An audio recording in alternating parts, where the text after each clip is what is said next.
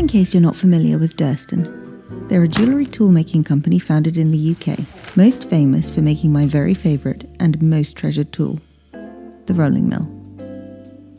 My Durston rolling mill was one of the first major studio investments I made well over 10 years ago, and has been completely indispensable ever since. But today, we're not here to talk about rolling mills, we're here to talk about bangles. Durston have very kindly sent us their 10-piece bangle forming die set, which is a tool I've been coveting for a while, so I'm very excited to unbox it. While I open up this extremely well packaged box, I just thought it'd be worth mentioning that though they're a UK company, Durston have a European warehouse, which is great news for all of us here in mainland Europe, but they also ship worldwide with DHL, so you can get their tools pretty much wherever you are on the planet. And here it is. The Durston bangle forming die set with 10 individual dies for making straight, anticlastic and synclastic bangles. And also so much more, but we'll get to that. The dies and support are presented on a nice branded stand, which is great for storage, and all the extras come in a little bag. So let's take a look at what we've got here. These rounded ones are for synclastic forms. The straight up and down ones can be used to create a round, and these curved ones are for making anticlastic shapes. As you can see, there are different shapes and sizes for each of these options, giving you the possibility of making many different shapes and more complex forms. This kit also comes with a hammer, an Allen key for attaching the bolts to the support rod, 2 split pins, which will be used to keep the dies in place, the 2 bolts that will be fixed to the support rod and into a vise, and 4 washers to keep the whole thing secure and level in the vise while you hammer away. As always with steel tools, these are oiled to stop the pieces going rusty.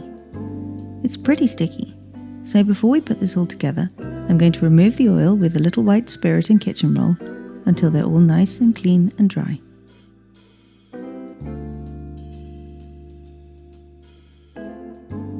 To put this kit together, slide a couple of the washers onto one of the bolts and use the Allen key to screw it into one of the holes on the rod you'll find in the centre of the stand.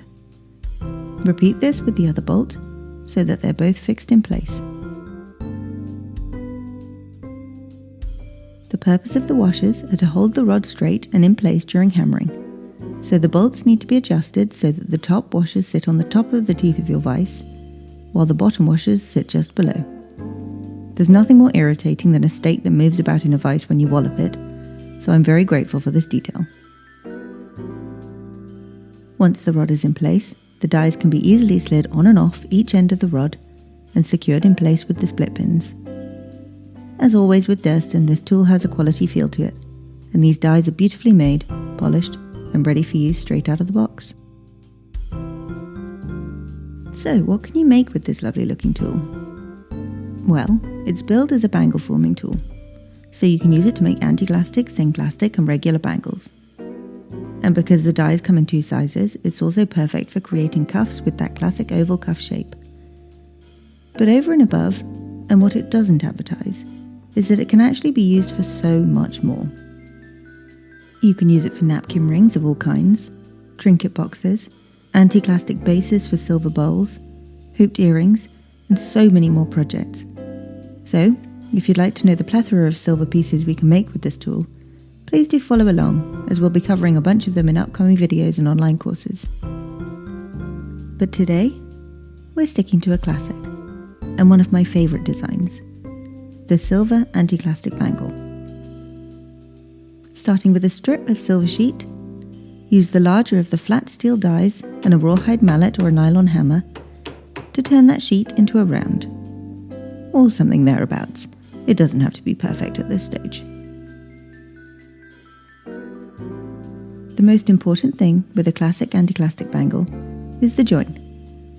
So take some time to file the ends of the silver so that they're completely flat, at right angles, and coming together with no gaps or holes.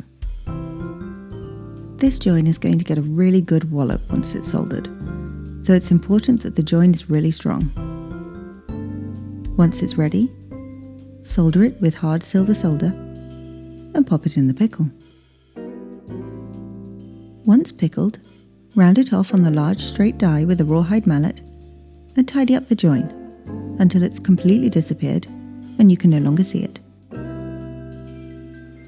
Anneal the bangle thoroughly and then pop it into the narrowest of the anticlastic dies. Anticlastic describes a surface that curves in opposite directions along two perpendicular axes, resembling a saddle shape.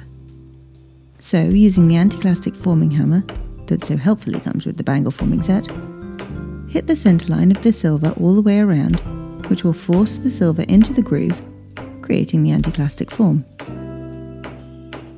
Hit it methodically all the way around one way, and then turn the bangle around and hit it all the way around the other, until you've formed an even curve. Keep going until the silver sits evenly in the groove in the die. Now you can leave it here for a subtle anticlastic form, or, as I'm going to do today, take it a little bit further to create a more pronounced curve. Fully anneal and pickle your bangle, and then place it on a steel plate.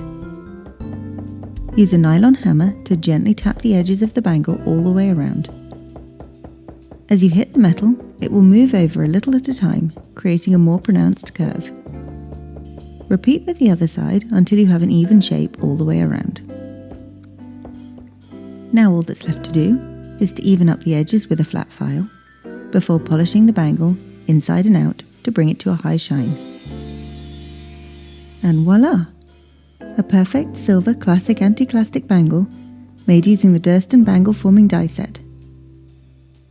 If you want to make your own anticlastic bangle, you can find a link to this tool as well as the step-by-step online course in the description.